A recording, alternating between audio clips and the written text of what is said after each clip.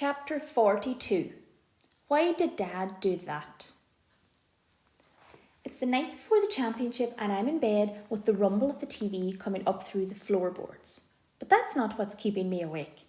I can't sleep because my heart is racing like it's Christmas Eve. It's been like it for the last 2 days and it got worse today at school. Rebecca said it was okay. She was feeling like that too, which made me feel better for a while. Mr. Keats called a meeting of chess club at lunchtime to give us a team talk. He told us we were exactly that, a team, and we should all support each other and work together. When one of us wins, we should all feel like we are winners. Rich puffed his chest out like Mr. Keats was talking about him specifically. Then Mr. Keats said the same applies when we lose, that we support each other. We are a team. We're a team. I've never been part of a team before. I've never been good enough at anything to be in one.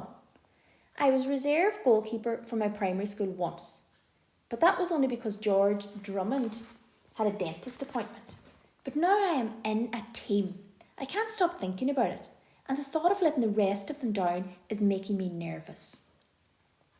After the others had left, I stayed to speak to Mr. Keats on my own.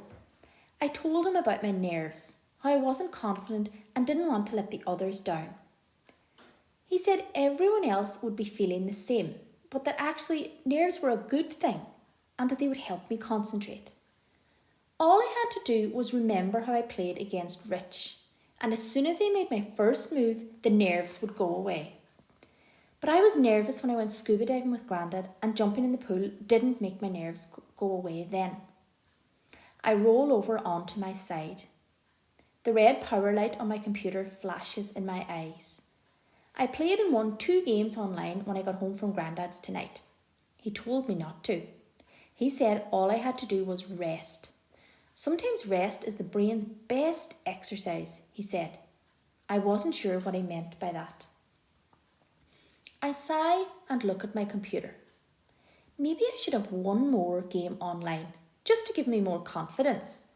But what if I lose?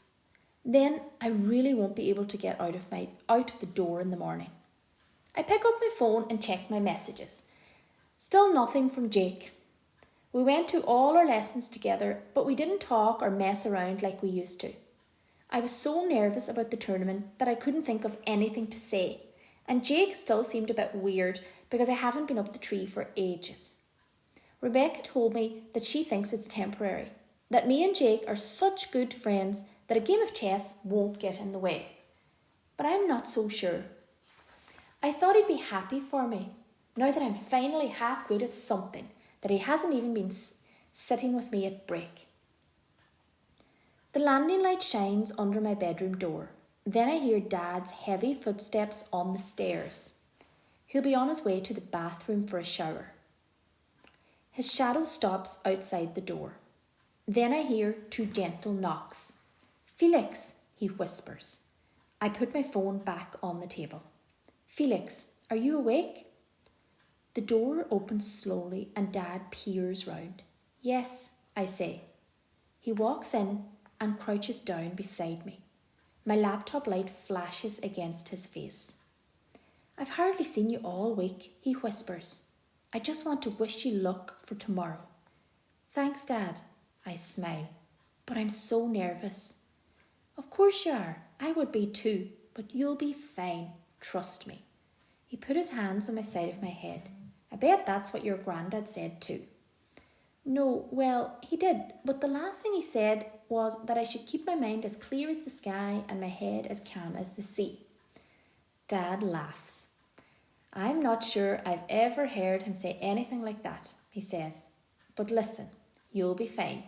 If you do well, me and your mum might eventually get you to Nando's. Thanks, Dad, I say. He puts his hand on my bed and stands up. I wait for him to say good night and leave, but he just stands there looking at me. Are you all right, Dad? I whisper. Yes. He bends down and kisses me on the head. He never does that. Love you, mate, he says. I love you too, Dad. But why did you do that? Just felt like it, he says.